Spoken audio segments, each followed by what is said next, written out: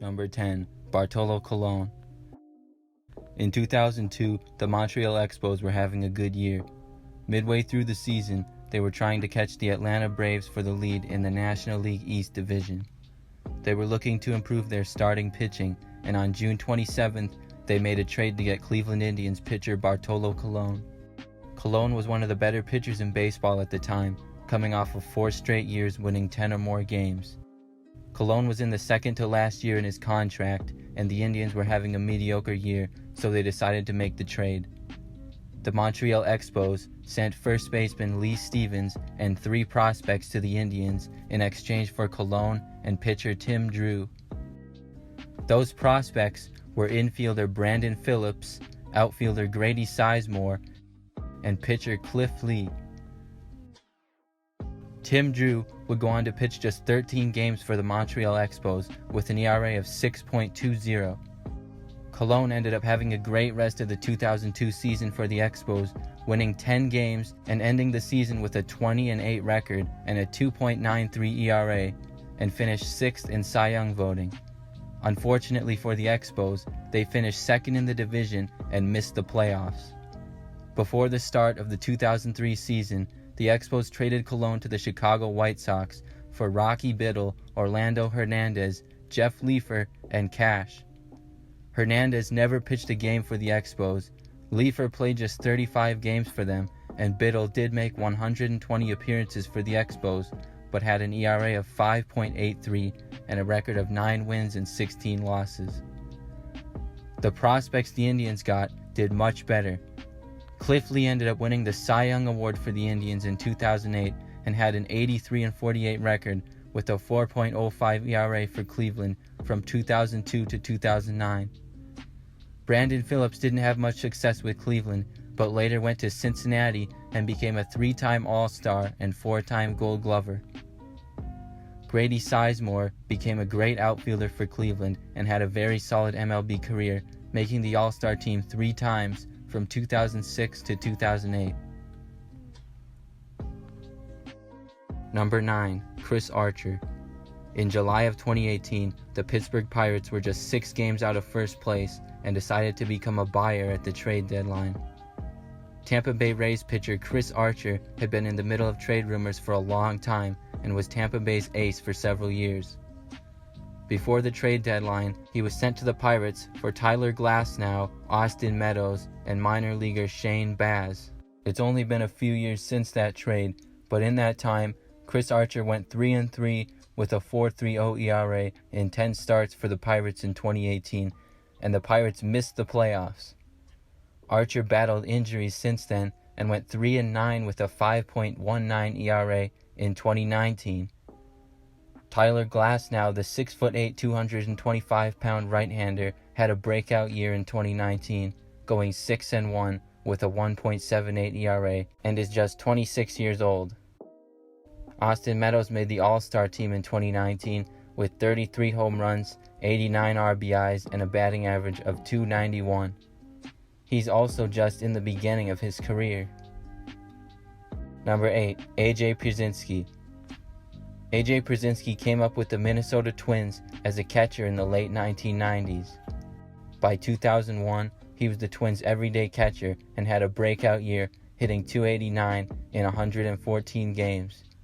The following season in 2002, he batted .300 and made the All-Star team.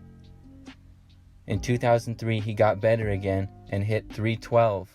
But before the 2004 season, the Minnesota Twins knew they would have to pay Pierzinski and he would make a lot more money the next year. Plus, they had the 2001 number 1 overall pick Joe Mauer as their top catching prospect, and he was almost ready for the big leagues, so they decided to trade Pierzinski to the San Francisco Giants. They traded Pierzinski for 3 Giants pitching prospects: Boof Bonser, Francisco Liriano, and Joe Nathan.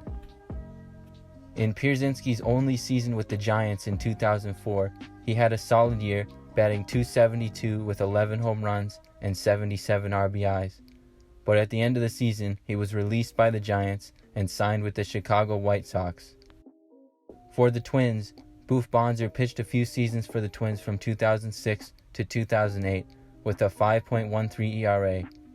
Francisco Liriano went 12-3 with a 2.16 ERA in 2006 and later pitched a no-hitter for the Twins and pitched for them for a total of 7 seasons.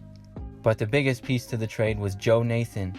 He already had one full big league season for the Giants, which was very good, but when he got to Minnesota, he immediately became a star. The Twins made him their closer, and he got 44 saves in 2004 with a 1.62 ERA and made the All-Star team. He also finished 4th in AL Cy Young voting. In 7 years as the Twins closer, he got a franchise record 260 saves, was a 4-time All-Star, and had an ERA of just 2.16. Number 7. Jeff Bagwell. Jeff Bagwell was drafted in the 4th round of the 1989 MLB draft by the Boston Red Sox. The following year, the Red Sox traded Bagwell, who was in the minor leagues, to the Houston Astros for veteran reliever Larry Anderson. Anderson pitched well for the Red Sox, but pitched in just 15 games with a 1.23 ERA. At the end of the season, Anderson became a free agent. Jeff Bagwell made his major league debut for the Houston Astros in 1991 and won Rookie of the Year. He went on to play 15 years in the big leagues, all for the Houston Astros, and was a career .297 hitter with 449 home runs and is in the Major League Baseball Hall of Fame. Number 6. Curt Schilling. Schilling was a young pitcher with the Baltimore Orioles in 1990. In January of 91, the Orioles decided to make a trade with the Houston Astros. They traded Schilling, along with outfielder Steve Finley, to the Houston Astros for first baseman Glenn Davis. Davis was known as a solid power hitter, but played just 3 seasons for Baltimore and hit a total of just 24 home runs, with a .247 batting average.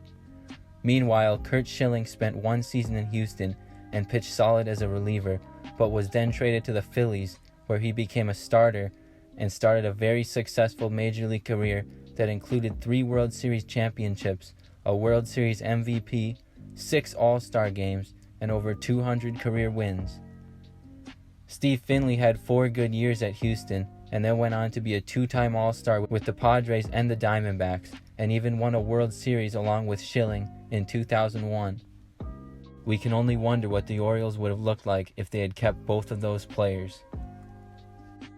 Number 5. Frank Robinson. In 1965, Frank Robinson had just finished his 10th season for the Cincinnati Reds and already had an amazing career with 9 All-Star appearances and an MVP award. The Reds traded him to the Baltimore Orioles for 3 players, pitchers Milt Pappas and Jack Baldschun, and outfielder Dick Simpson. Pappas would win 30 games total on the mound for Cincinnati, and Baldschun would win just 1. Simpson hit .246 for the Reds with 5 home runs.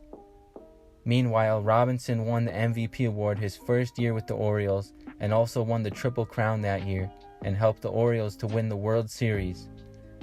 He played 5 more years for Baltimore, hitting 179 home runs, making the All-Star team 5 times, and would go on to make the Hall of Fame. Number 4. John Smoltz. John Smoltz was drafted in the 22nd round of the 1985 MLB draft by the Detroit Tigers. 2 years later, while Smoltz was still in the minor leagues, he was traded by the Tigers to the Atlanta Braves for pitcher Doyle Alexander. Alexander was a 36-year-old veteran right-hander who already had pitched for 7 different teams in his career. The trade seemed to work out very well for the Tigers at first. Alexander went 9-0 in 11 starts with just a 1.53 ERA and 3 shutouts. The following year, he made the All-Star team for the first time in his career at age 37 with a 14-11 record and a 4.32 ERA. The year after that, 1989, would be his last year in the major leagues, where he went 6-18 with a 4.44 ERA. But John Smoltz pitched his first full season in the MLB that same year, where he went 12-11 with a 2.94 ERA and made the All-Star team. He went on to play an amazing 20 seasons for the Atlanta Braves, winning over 200 games for them, including a World Series win in 1995 and a Cy Young Award in 1996. He was a closer for the Braves as well for 4 seasons, saving 154 games and then going back to being a starter. Today, he's in the MLB Hall of Fame. Number 3, Mark McGwire. In 1997, Mark McGwire was in his 12th season with the Oakland Athletics. He already had an amazing career with a league-leading 52 home runs in 1996. In 97, he was on his way to another amazing home run season and was also towards the end of his contract in Oakland. The A's knew they would have to pay McGwire a lot of money, and midway through 97, they decided to trade him to the St. Louis Cardinals for 3 pitchers, Eric Ludwig, T.J. Matthews, and Blake Stein. Ludwig would pitch just 6 games for Oakland with a 8.25 ERA, and Stein would pitch in just 25 with a 6.09 ERA. T.J. Matthews was the best pitcher for Oakland from the deal, appearing in 210 games over 5 seasons with an ERA of 4.78. But none of them compared to what McGwire was able to do in St. Louis. He played 5 years for the Cardinals, hitting 210 home runs over those years, including 70 in 1998 and 65 in 1999. He was an All-Star 3 times and drove in nearly 500 runs for the Cardinals. Number 2, Randy Johnson. Randy Johnson entered the big leagues with the Montreal Expos in 1988. He pitched just 4 games that year and did well. In 1989, he began the season struggling with an 0-4 record in 7 games and a 6.67 ERA. He was having trouble with his control and had 26 strikeouts and 26 walks in 29 2/3 innings. At that point, the Expos made a big trade. They traded Johnson, along with pitchers Gene Harris and Brian Holman, to the Seattle Mariners for star pitcher Mark Langston and a player to be named later, who turned out to be Mike Campbell. Campbell would never pitch a single game for the Expos. Mark Langston, who was 74 and 67 with a 4 ERA and a 2-time All-Star in 6 years for Seattle, only ended up pitching 24 games for the Mariners before becoming a free agent and signing with the Angels. Harris and Holman pitched several years for Seattle with ups and downs, but Johnson was the steal of the trade for the Mariners. He pitched 10 years for them, winning 130 games with a 3.42 ERA and had 2,162 strikeouts in 1,838 1/3 innings. After that, he pitched for several other teams, winning 5 Cy Young Awards, a World Series MVP, and finished his career with over 300 wins to make the Hall of Fame. Number 1, Babe Ruth. Babe Ruth will always be known as one of the greatest players to ever play in baseball. He started out as a left-handed pitcher for the Boston Red Sox and was also a great hitter. In 1919, Boston Red Sox owner Harry Frazee needed money to finance his new Broadway play. He ended up trading Babe Ruth to the New York Yankees for just $25,000. That's just $372,500 in today's money, adjusted for inflation. Ruth had a lot of success in Boston, winning the World Series in his final season with them and playing every day for the first time that year. He would hit 29 home runs in 1919. But when he got to the Yankees, his career really took off. He hit a league-leading 54 home runs his first season with the Yankees in 1920. It was also the major league record at the time. He ended up playing 15 seasons for the Yankees, leading the league in home runs 10 times, making the World Series 7 times, winning 4 of them, and ended up being a Hall of Famer. The bad trade led to a long drought for the Red Sox, which was called the Curse of the Bambino. The Red Sox won the World Series the last season Ruth played for them in 1919, and did not win the World Series again until 2004.